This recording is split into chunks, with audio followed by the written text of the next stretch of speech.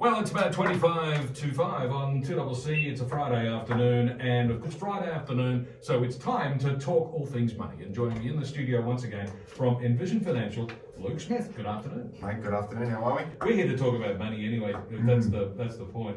And today you've got an interesting topic because there's been a lot of market volatility, and it's not just in the last couple of months. There's been a lot of market volatility over the last couple of years because we've had the interruptions from COVID, and now of course we've got the world security situation with a war on the other side of the planet, and it's having an impact on everybody everywhere. So the question at the heart of today's discussion: how can I make the most of the market at the moment, and how can I benefit from that volatility? Yeah, look, I think it's quite topical, and I've been meaning to bring this one up, but we've sort of had other things that have been more important. Well, they've been organised slightly differently. But I think people need to keep in mind here, right, that investing is a marathon and not a sprint. I've had a number of conversations with clients, and new clients especially, who look at a portfolio and go, this is good, this is bad, this is up, this is down. Remember that the valuation of your assets, like your stocks and your shares, your house, your car, or anything you may have that has value, is measured on the day that you look at it. And I think people need to keep that in mind, because the market, in relation to a little bit of context, since the 27th of January, the market came off just under 10%, and it's now back about 8.5% from the lows. So if you called a full-blown correction 10% or more, we've been very, very close, and that was driven primarily by talk of rising interest rates. And obviously equity markets look forwards, and the RBA had spent a lot of time in 20 and 21 saying, we'll keep rates low, we'll look at those in 23 and 24. And that was the theme. They then came into the December and January periods and said, well, we're going to address it this year and we might have to look at inflation. Then the war came along, and just like COVID in 2020, we saw the market fall very, very quickly for the fear of the unknown. And then we saw the market recover fairly quickly. And it's one of those old adages that, and I hate this saying, but it's time in the market, not timing the market. Because you're never going to get the top. You'll probably never get the bottom. And one of the things that I've tried to reinforce to people over the last 2 years is, let's just progressively nibble away.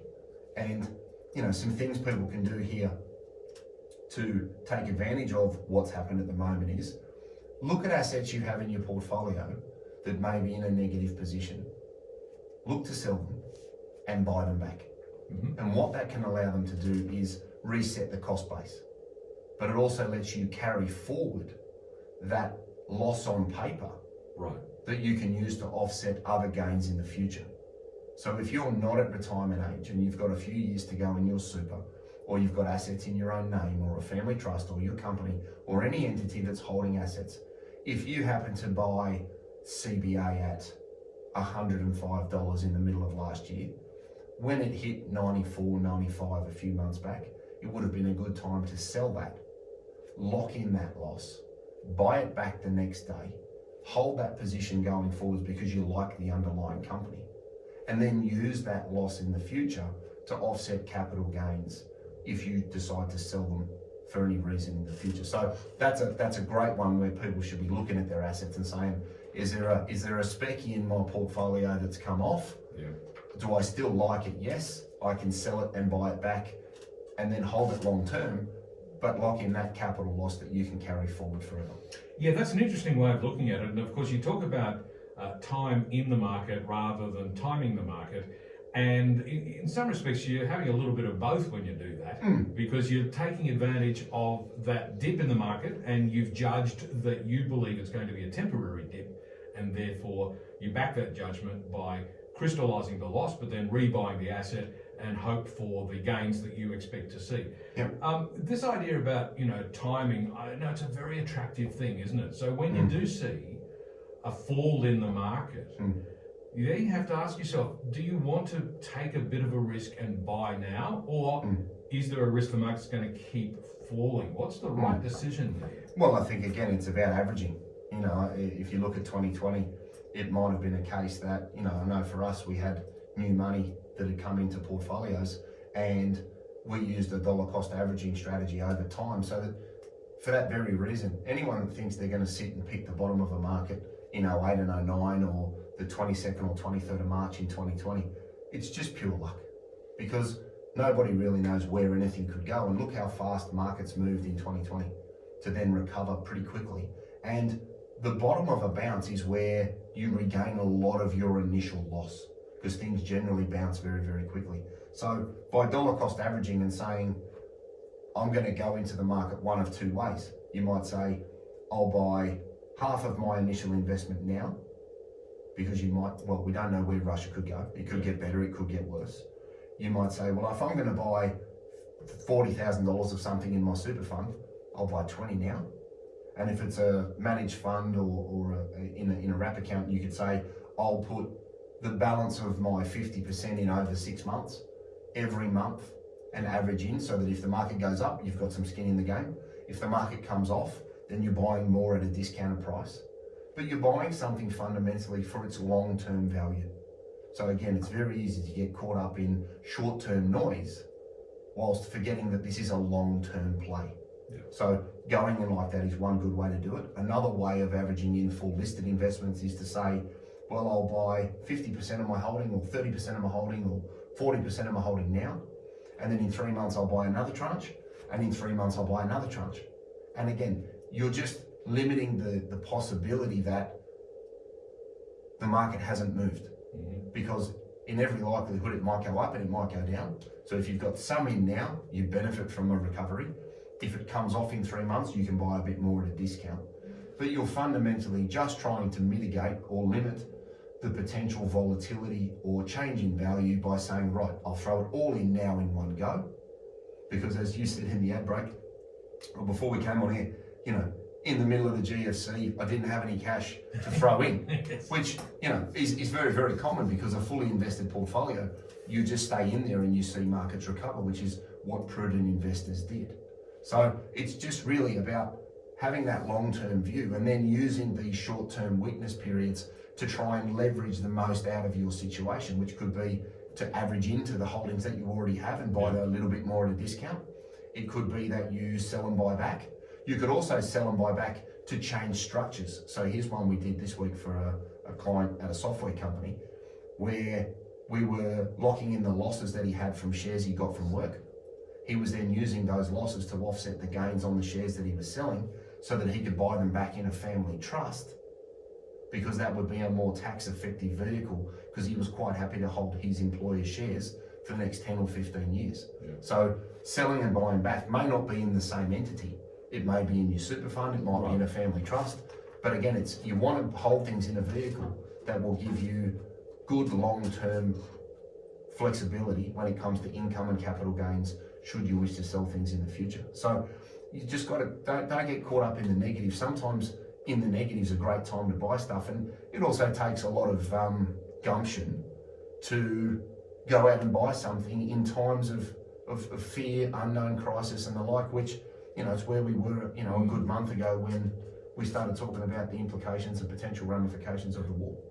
Now, you've used the phrase dollar cost averaging quite a bit during that discussion, and just in case anybody's a little bit confused about what that means, basically, instead of buying something all in one go, what we're doing is we're saying, well, I want to buy this number of shares, but I'll buy it over a period of time in a number of smaller transactions, so I'll pay a different price each time I do it, depending on whether the market's going up, down, or sideways. But because of that dollar cost averaging effect, it will smooth out the volatility and it reduces the risk of paying too high a price. Exactly. For the exact same example for people out there with a mortgage. Some people fix some. Yes. Some people leave it variable. Yes. You're not trying to pick where interest rates are going. You're just trying to limit the volatility over the longer term of a rate rise. Yeah. So it's exactly the same principle. And in the housing market, that's another way that you can try and mitigate volatility and risk, is by fixing a little bit, keeping some variable. And as everybody knows that's done that, you'll get some of it right, you'll get some of it wrong. Rates will go up, rates will go down. Or when you think, you jump back 6 months, or say 2 years, I'm going to fix it at 3 because 3 is amazing. At the time it was, but it's not as amazing as 2. No. You know, so again, all you're doing is mitigating a change in your cash flow by fixing some of your home loan. And dollar cost averaging is a great way to implement a strategic portfolio over a period of time so that you're not all in or all out, because at either extreme, that's when you're going to get caught. Yeah. What about the assets? I mean, we're talking about how to buy and when to buy and all that sort of thing, but when we're looking at times of volatility, I suppose you probably also want to look at the underlying assets. Is this a risky asset? Is this a safe asset? What are the decisions you need to make around that? So when thinking about what you're going to buy, obviously you've created a portfolio that's relevant for your risk profile. You'd then be considering the implications of the things you're going to purchase. You know, so oil stocks done very well. Why is that? Because oil price has gone bananas. Yeah. Now, nobody could have foreseen that, you know, Putin was going to do what he's done, but the world's had to deal with it. And one of the fallouts of that has been that the oil price has gone through the roof. So, you know, your BHPs, your Rios, your Woodsides have done very, very well. There's also going to be investments that you could make that have a negative impact on the value of companies. And a good example of that was, say, the Banking Royal Commission. You know, in the middle of that, everybody hated the banks, everybody was boo-hooing the banks. But then as soon as it stopped being on the telly every night, the share price of the banks rose very quickly because they were still making very, very good money. So you need to look at how the thing you're going to buy generates its earnings. Is it consistent? And does it provide you with the income distribution that you may be looking for? And are there franking credits involved for domestic assets? And does it align with your why when it comes to creating a portfolio for your retirement and long-term capital growth? I know we talk about diversification of our investment portfolio in general terms anyway, but that would be even more useful in volatility, wouldn't it? Well, it reduces the total impact on a portfolio. So a great example of that is, you know, markets fell about 37% in 2020 March. A diversified portfolio may have only fallen 10 or 12 because property moves different to equities. Equities moves different to international. International moves different to infrastructure. Infrastructure moves different to commercial property. So by having that diversification, you can reduce the impact of volatility because not everything is in one sector and will move at the same rate, be it positive or negative, which is why we don't have all our eggs in one basket. Because you'll get some right, you'll get some wrong. Everybody does it. And for the ones that you have got wrong in the short term, well, let's get the sell and the buy in place and lock in the loss and carry it forward. So, and I know it's only human nature, but if you've got that one share investment that really takes off like a rocket and multiplies its value 1,000-fold, you're going to say to yourself, gee, I wish I'd put all my money in that one. Do you know what? If I had a you know, the book out of, you know, Back to the Future, yeah, you'd be cherry picking things. Yeah, it's one of those things, but it's just human nature to think that way. It's also important for people to remember that good quality companies can come under pressure. Yeah. For very strange reasons or things that may be out of their control.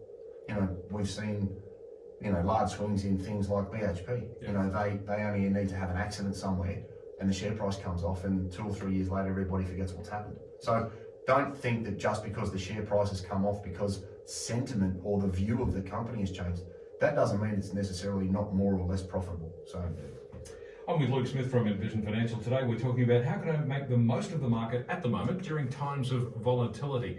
It's about 10 to 5 now. Back with more in just a moment.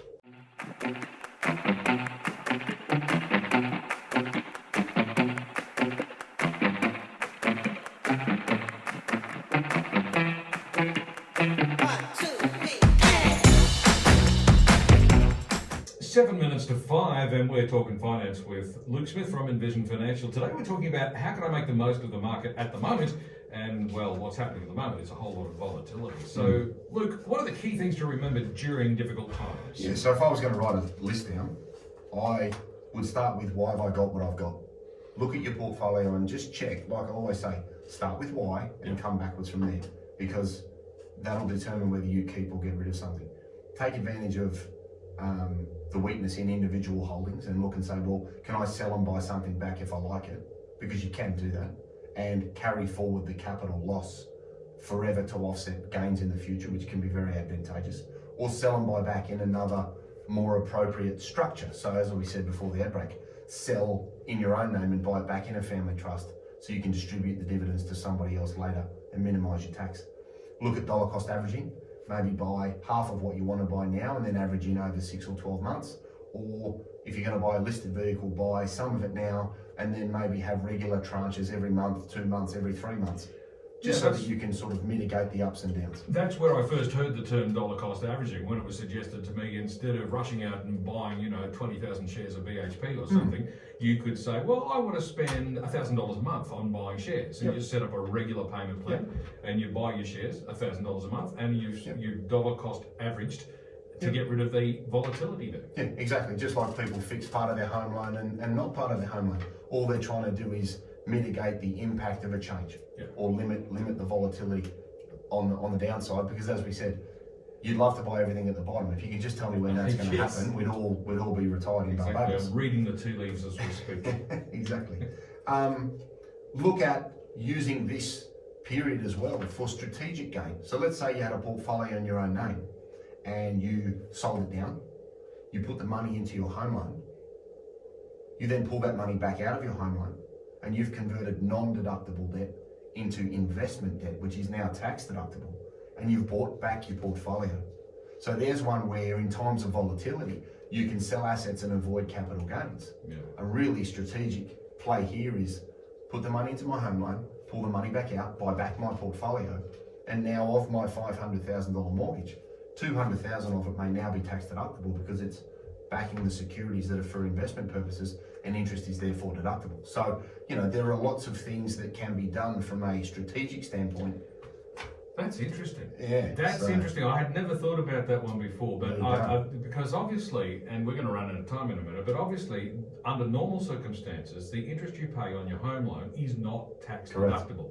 So what you just told me is that it can be my home loan, but if I've taken it out to buy an investment, even though I'm using my own home as security, it becomes a tax deductible loan. Because that's revolutionary. Well, it's a little fun fact on a Friday afternoon. All right.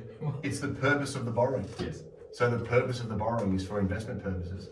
So the interest associated with it is tax deductible because the dividends from what you buy are taxable. Yeah. So a great way in times of volatility to restructure home loans and increase the tax deductibility of the mortgage that you have on your house. So just because things come off in value doesn't mean everything's bad. No, exactly.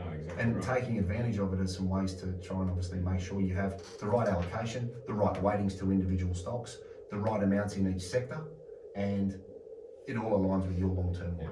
So in short, falling markets are not necessarily bad news. They could well be presenting opportunities. Luke, where can listeners get more information? Yeah, so any questions, 6260-4749.